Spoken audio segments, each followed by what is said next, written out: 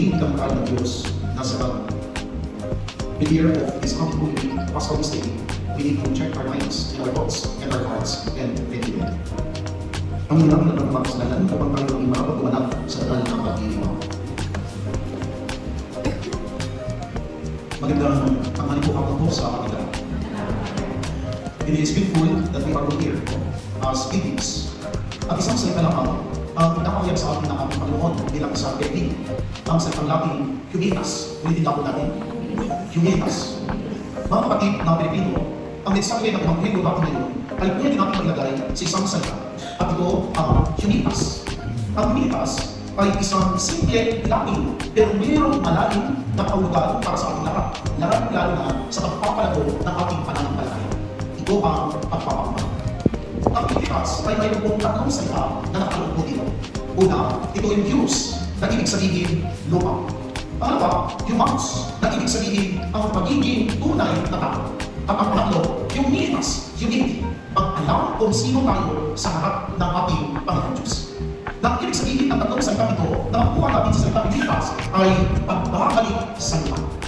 And this is a call for each one of us today. That we are not permanent in this world. That we are not permanent in the things that we are holding on today.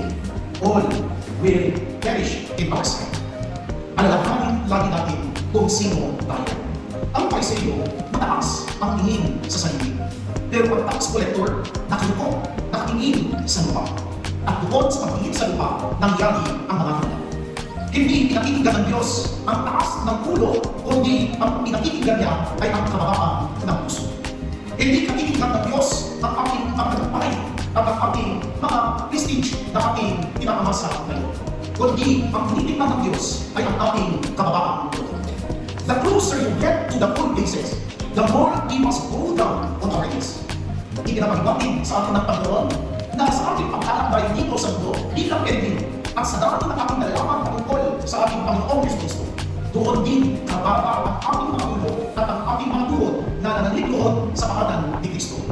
Ang mababa ay itinataas at ang mataas ay itinatawag ng Diyos. Kaya ang dasal para sa ating mga Pilipino, Pilgrims ay simple lang.